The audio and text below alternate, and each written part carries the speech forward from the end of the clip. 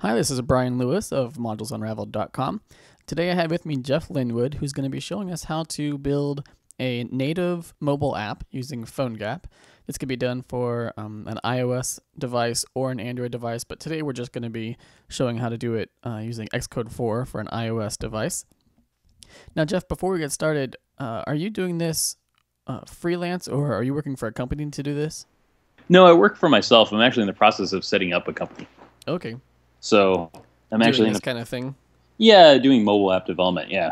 And Okay. then kind of with a focus on Drupal Okay. because I've talked to a lot of people and basically a lot of Drupal people in a lot of Drupal shops are excited about mobile.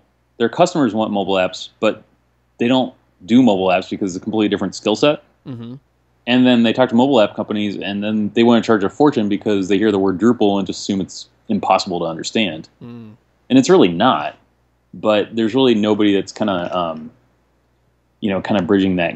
There's not too many people that are kind of bridging that gap or whatever. Mm-hmm. And so, to me, it's actually kind of interesting to do stuff like that. Like if I like working on mobile apps, and it's kind of fun to work with Drupal because it provides a pretty clean API. And so, to me, it's kind of interesting to build mobile apps for Drupal sites. Hmm. So I'm trying to get a little business going doing that, basically. Cool. Well, let's go ahead and get started. So, Jeff, I'm going to turn it over to you and take it away. This is Jeff Linwood, and I'm going to show off how to build a really simple little PhoneGap application using Xcode 4.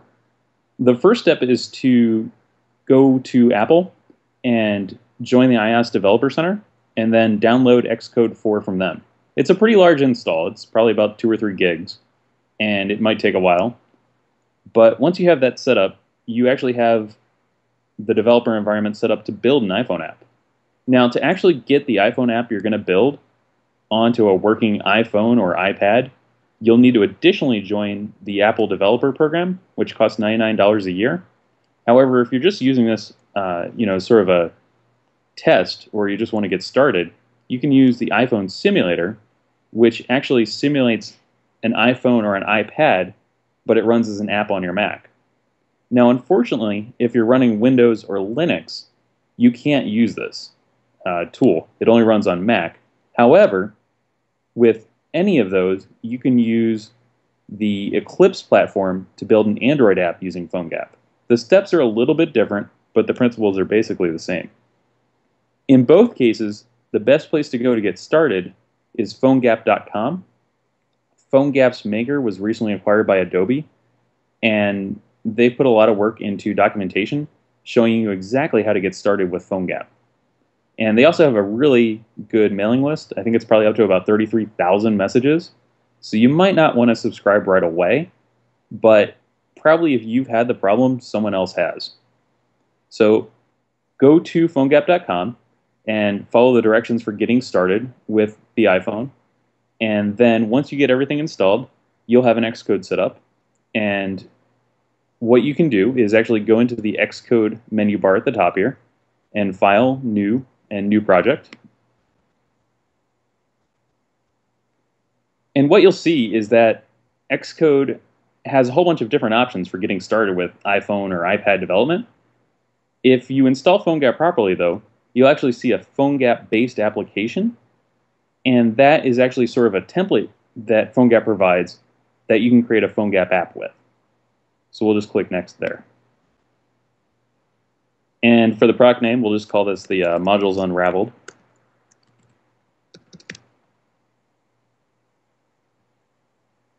You can leave you can actually turn off automatic reference counting. And the reason for that is just that we're going to use a third-party library called the Drupal iOS SDK, and it's not set up to use automatic reference counting just yet. And then you can just create the project.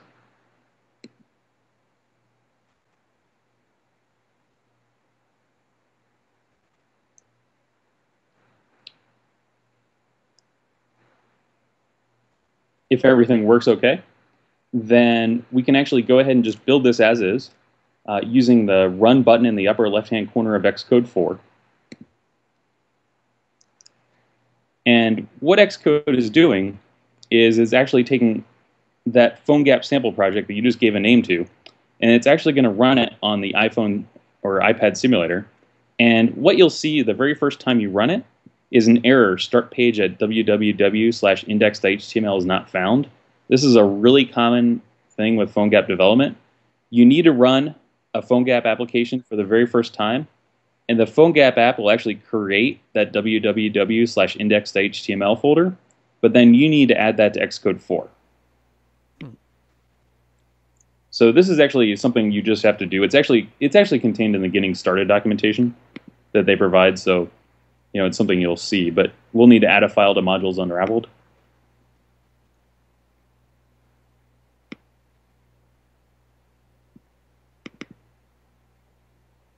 And if I'm in the modules unraveled project directory, it now has a www directory under it, and there should just be an index.html and then a PhoneGap 1.2.0.js. So let's just select that www, and then we need to create a folder reference and click Add. And now if we run it again,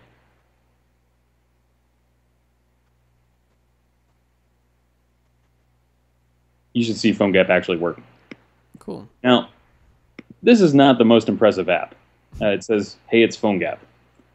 And, there's certainly more you can do with this. The very first thing you need to do is go into your www directory and go to index.html. And what I'm looking at here is actually an HTML file. Now, this HTML is standard HTML and JavaScript. So the best thing you can do is actually not develop your HTML and CSS and JavaScript in Xcode and on the simulator, but instead develop it using Safari or Chrome, because they have far superior development tools than Xcode for basically debugging JavaScript. There is a tool called Winra, which is a remote debugger for PhoneGap and probably other things, but it's very frustrating in my opinion. And so I would suggest trying to develop as much of the mobile web app as possible, kind of outside Xcode, in whatever tools you're already familiar with for building HTML, CSS, and JavaScript. Okay, so I could build. I use Espresso for doing web stuff. That's just like so you could do this in any text editor, basically. That's exactly it. So use the one you're already familiar with. Xcode is not a good HTML editor. It's certainly not its main intention. And so, but this is just a standard index.html with a standard JavaScript called PhoneGap 1.2.0.js. Now, some people have developed PhoneGap shims that actually simulate some of the PhoneGap functionality on something like Chrome or Safari. I haven't used those myself because to me, they that kind of thing would get in a little bit in the way of testing, but I think it would make a lot of sense to try it to see if that fits your kind of development workflow. Okay. So this is just a standard index.html, file. And looking through it, there's just a couple pieces of boilerplate code in here. And basically, the big thing is that once PhoneGap initializes itself, then you'll get a device ready event fired, and then you can do whatever you want. So, inside this index.html, we have, just a h1 tag, p tag, whatever. Now, this is just standard web stuff. You can put any CSS in here. You can put any JavaScript.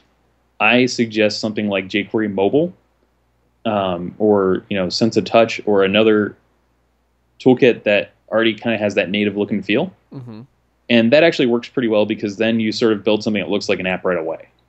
Now, a lot of Drupal developers are also looking at responsive design right now, using something, you can use a theme like Omega, or you can use, I believe, Adaptive Theme is also another one, or you can simply roll it yourself.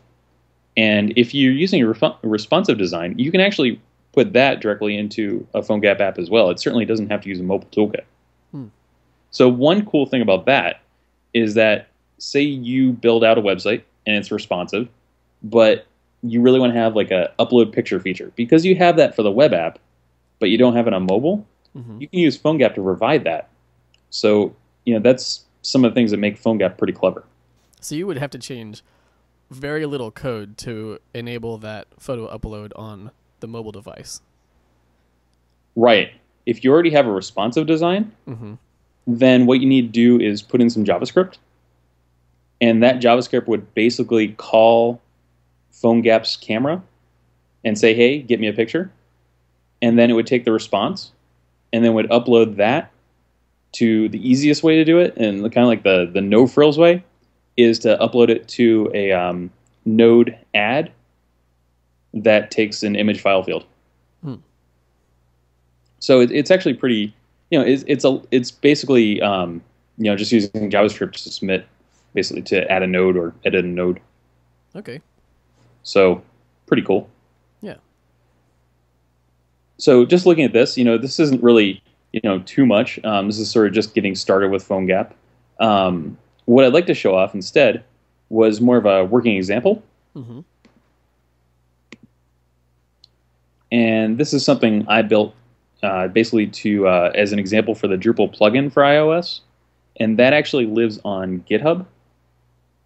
And that should be the URL there, is Okay. GitHub/Jeff Linwood/Drupal PhoneGap plugin for iOS example project. And basically what that is a PhoneGap app that uses the Drupal iOS SDK that Kyle Browning wrote, Mm-hmm. and it uses the Drupal plugin for iOS that I wrote, and then it also uses jQuery Mobile to build sort of a sample application that pulls in a view, can upload a picture, all kinds of cool stuff. Okay. So let's just go ahead and give this guy a run.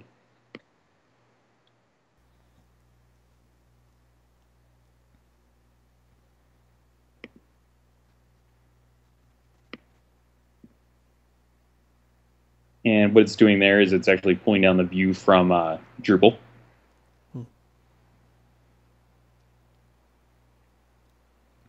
Do you have this website that we can see on a browser as well to compare the two?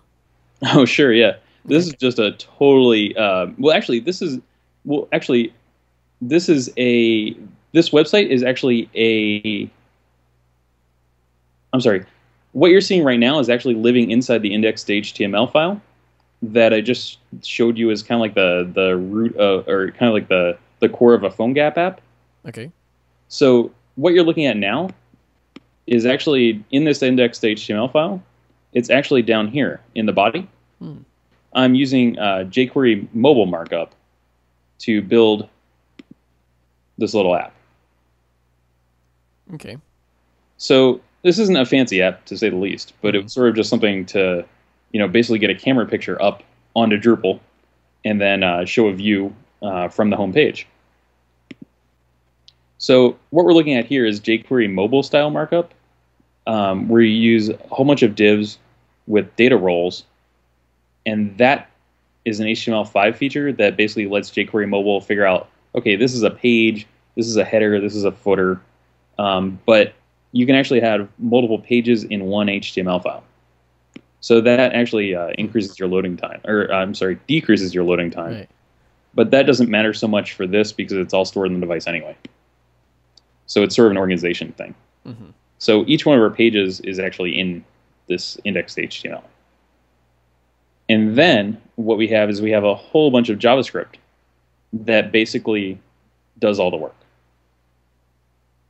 So as an example right here, I'm going to highlight a really simple one. And what it does is it loads the front page. And so what we do is we load up a div called front page articles and basically clear that out. And then we call the Drupal plugin for iOS. And the view get basically calls the views resource for services 3 Mm-hmm. and says, hey, give me the view called front page, which is the standard, you basically just, when you're using views, front page is sort of a default view that you can just enable. And that mimics the front page of your actual standard stock Drupal site. Mm-hmm. And then it has, it's callback oriented. So we have a success callback and a failure callback. Okay. So what we'll do is go down to front page success, which is down here. And so what we've done is we've actually just sent a request over to the Drupal server and say, hey, give me all your front page content. And then we get a result in JSON. And we'll basically get the nodes from that. And then we'll set up we'll go ahead and construct some jQuery style markup for the list. And then basically append that to the div in the front page. And basically, we've got a home page. So this is a little bit interesting because this style of application is actually, I'm building a little mobile app in JavaScript, and then it actually is using services and REST to talk to the Drupal server. So the HTML doesn't live on that Drupal server. But Okay. but you can totally do it the other way too. You can use mobile tools and the jQuery mobile modular theme, and actually get a mobile site running on your Drupal server, Mm-hmm. and then use that with PhoneGap as well. It's really kind of whatever you're comfortable with, whether you want to build more of an app style thing or if you want to build sort of a mobile website. It just depends what kind of experience you're going for and how easy that is to work in with your existing Drupal site. Okay. So this here is actually completely independent of Drupal, Right. except that it talks to Drupal. So kind of interesting here. It's very much split functionality, so you don't have a lot of like crossover. So how is this exactly integrated with Drupal? Just it makes HTTP requests to Drupal, to sort of what's called an endpoint in services, which is a URL on your Drupal server that you set up and say, hey, this URL on my Drupal site can return nodes. So for instance, it might be www.mydrupalsite.com/services/node/1. Mhm. That might return, that would actually return, like, say, the XML or the JSON representation of your node with the ID 1. I gotcha. And then, this app or any other app would then parse that and then do something with it. So that's how that's integrated. Okay. And it's my understanding that Drupal 8 is really going to push to use that as sort of the style for development for a lot of new things. Drupal's really going to support making these calls where other things other than just the Drupal app. Basically, there's almost a separation between the front end of Drupal and the back end of Drupal. And so services provides that already to build these mobile front ends, for instance, a mobile front end. So it's kind of interesting stuff. Yeah. And what's also interesting is that Drupal provides a lot out of the box. So in other words, let's just say you have iPhone clients and you have Android clients, Mm-hmm. and maybe you even have mobile web. You can actually create a view that feeds all those with content. And if you need to change the sorting, you don't have to update all those apps. You just change the sorting in the view. Or if you want to, increase things from 10 to 20, you just change the view. So a lot of the power can actually be contained inside Drupal. And that's actually pretty powerful. Yeah. So let's see here. Unfortunately, probably the most interesting part of this is when you can actually take a picture, but the iPhone simulator doesn't actually support that. I haven't really looked at this since Drupal Camp Austin. Did it work? Did you have it working at Drupal Camp Austin or? Yeah, I took a picture with it actually. Oh, okay. Yeah, it was. I took a picture on my iPhone and then uploaded it to the server live. So that was pretty cool. Okay. Yeah, it was pretty. I've been working on that the day before, just as part of like a Drupal 8 mobile sprint that Four Kitchens held at their offices, and so I decided to go ahead and actually get this app kind of cleaned up and then kind of put out in GitHub as sort of an example app. Is there a recording of the Drupal Camp Austin session? They recorded it. I'm not sure if they've uploaded to Vimeo just yet. Okay. They've uploaded quite a few of the sessions. I don't know if they got to mine. Okay. If or when they do, and let me know, and I'll put a link in the notes to that so people can actually see it happen. Yeah, it's much cooler when you see it happen. It's just like, it's one of those things where it's like, I haven't really looked at this since. So. Okay. Yeah. You can also upload video through PhoneGap. Mm-hmm. This This app doesn't do that, but you can certainly upload video. The catch there is simply getting Drupal configured to accept video using MP4 or the Android format, which is 3GPP. So that's pretty cool too. You can have kind of your own video uploader or downloader or whatever. Yeah. Yeah.